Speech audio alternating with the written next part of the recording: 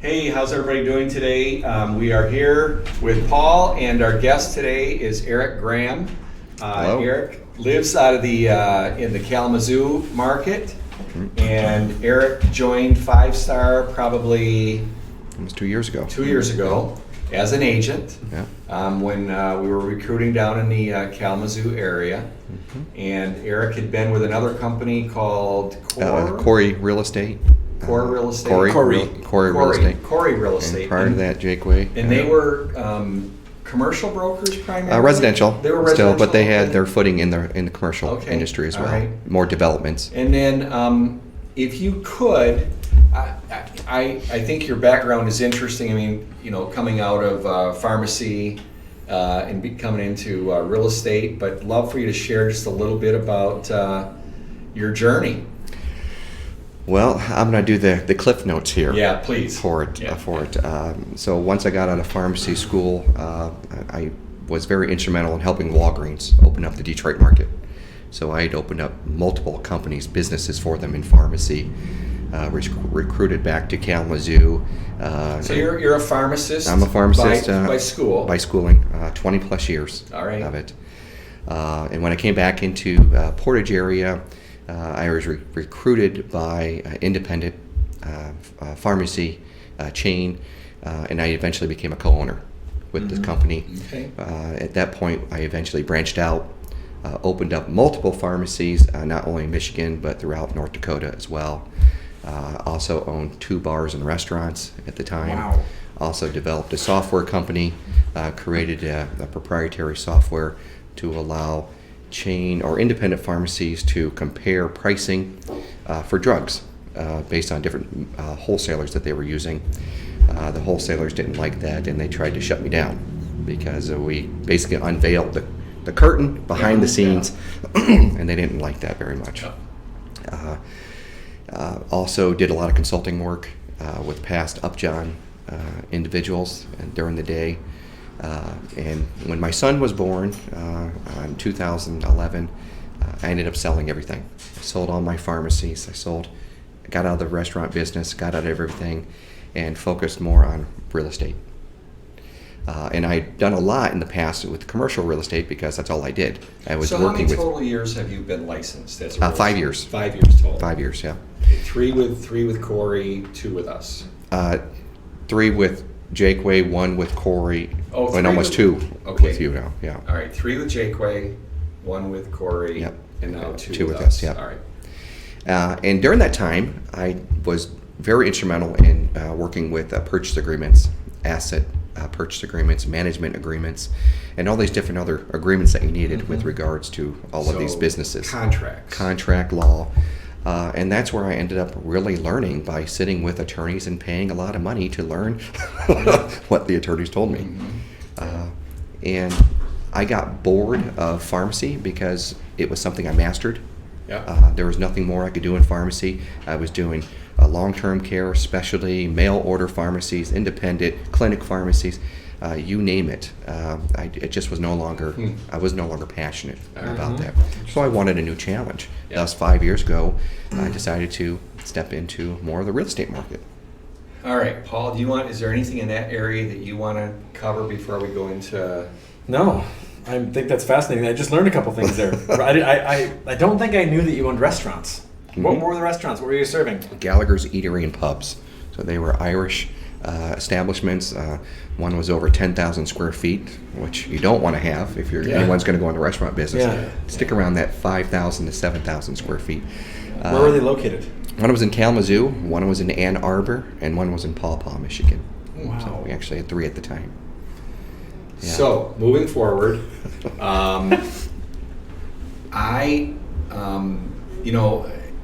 trying to think a little bit how our relationship started to develop, but I think that you had come to a few events, and I just picked up that you were interested in a little bit more than just listing and selling real estate if the opportunity availed itself. Is that That fair? was true. Yeah, there was an opening at the Principal in Kalamazoo. Yep. 5 Star had come down, and Bev was there.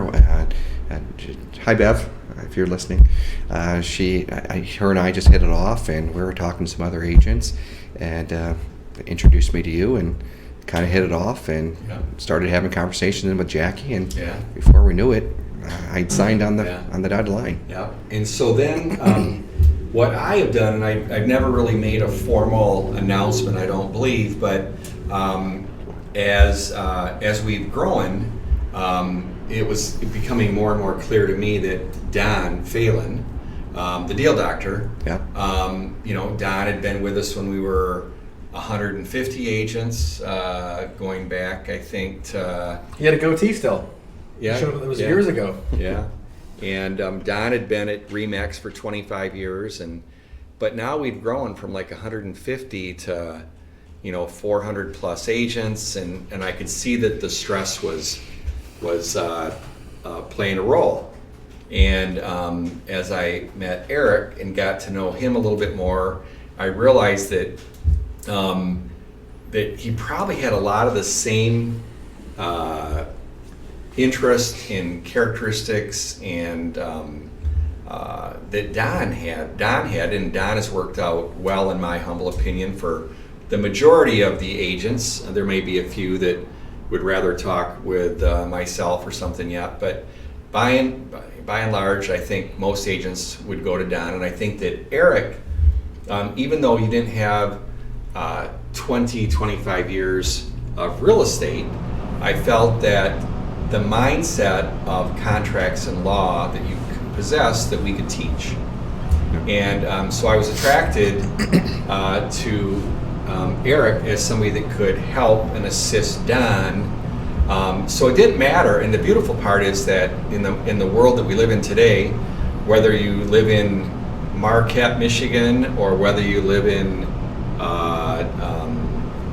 Ann Arbor, it doesn't matter where you live, because the job can be done online or over the phone. And so Eric lives down in Kalamazoo, but Eric is assisting Don all over the state in helping agents, in dealing with a lot of those questions that agents come upon. So you've been doing that now for how long? Officially since February 27th of this year. All right, so 6 months? Yeah. So tell us a little bit about what have you discovered or had a revelation, or where are we at here? Yeah, I'm amazed at how many phone calls come in sometimes. We can have 30 to 40 phone calls, emails, but they're all very good questions. I mean, there's not a dumb question. No. Maybe just dumb answers. Right. Well, okay. But you never know. Yeah. But no, in general, I think that all the questions that come in are very good. I think that the agents want to learn. They're hungry to learn more. And it's nice when you can actually provide them information, and they're appreciative of it. And I must say that I'd say a majority of all the agents that we talk to are very pleasant, very kind, and they're very appreciative of what the services that we offer. I'm very glad to hear that. Yeah. And where do you find, when you as you're talking with these agents and helping them work through, are there certain themes that are common? There are certain times where it's contract, sometimes more disputes, or interpretation. Mm-hmm. And frankly, a lot of the contracts that we have still are so ambiguous with defining certain terms within a contract that it leads to a buyer and seller being disgruntled because each of them are thinking that it meant something else. And hopefully we instruct the agents. Intentions versus what it says in writing. Correct. And it's really nice when our agents or other agents can really just calm both parties and get to a resolution. And sometimes we just need to speak to them and just say, hey, take a deep breath. Just keep moving forward. Do your best. And just have a candid conversation with the other agent. Because I think so many times we might see an agent or on our side or the other side, they stop communicating. Maybe they're frustrated. And we just have to remind them, just keep doing your best. Keep an open link of communication. Don't shut down. Be pleasant. don't add fuel to the fire if you don't have to. Mm-hmm. So, Paul? All right, Eric, here's a tough one for you. All right.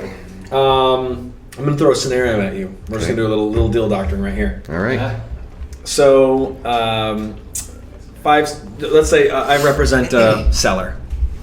Buyer sends me an offer. We counter.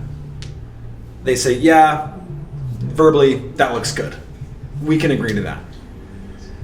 Then I reach back out and I go, hey, really want to get that in writing. Can you guys sign the 6th page of this purchase agreement? Need that final signature, just acknowledging that we have 2 signatures agreeing to the terms here. Never get it. 3, 4, 5 days go by. My client now finds a house they love. They're like, we need to write on this offer right now. We have a backup offer on the house we were selling that's had a verbal on it. But I can never convert that verbal offer to an actual concrete offer.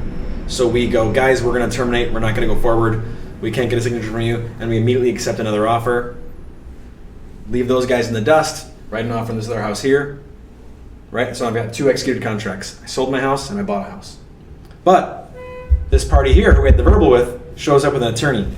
Mm-hmm. And sends a letter saying, hey, there was some intention here.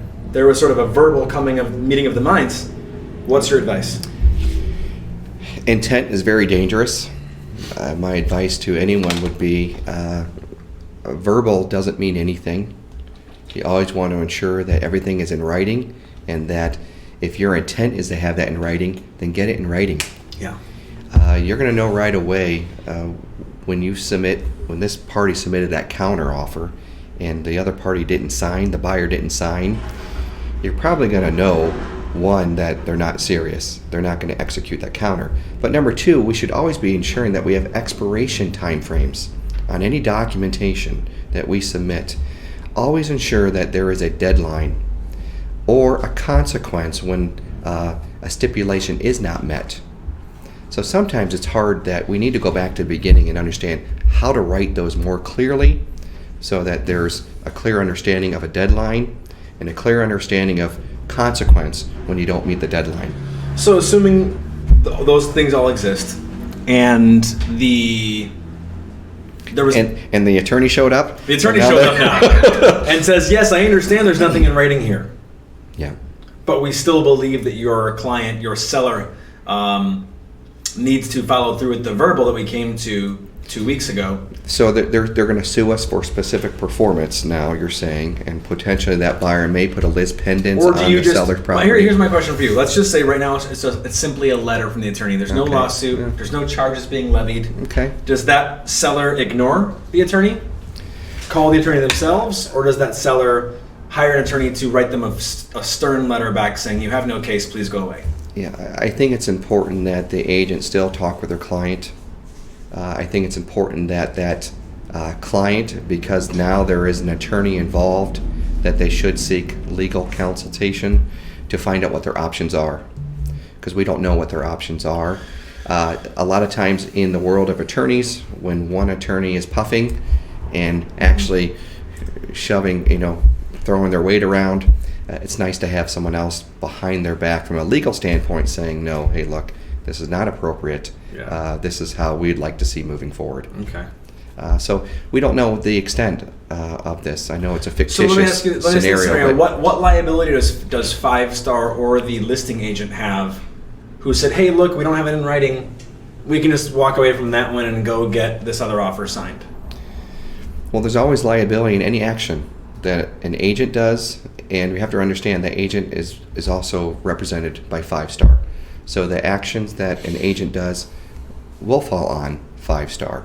And at times we will encourage an agent to talk to that client and obtain legal counsel, because we don't know what their best options are. Mm-hmm. Okay. All right. And I again, just had this call this morning. Yeah, and it's very difficult because every single situation is different. There are times where we might pick up the call and speak directly to the attorney And just and just have a candid conversation, and that's okay.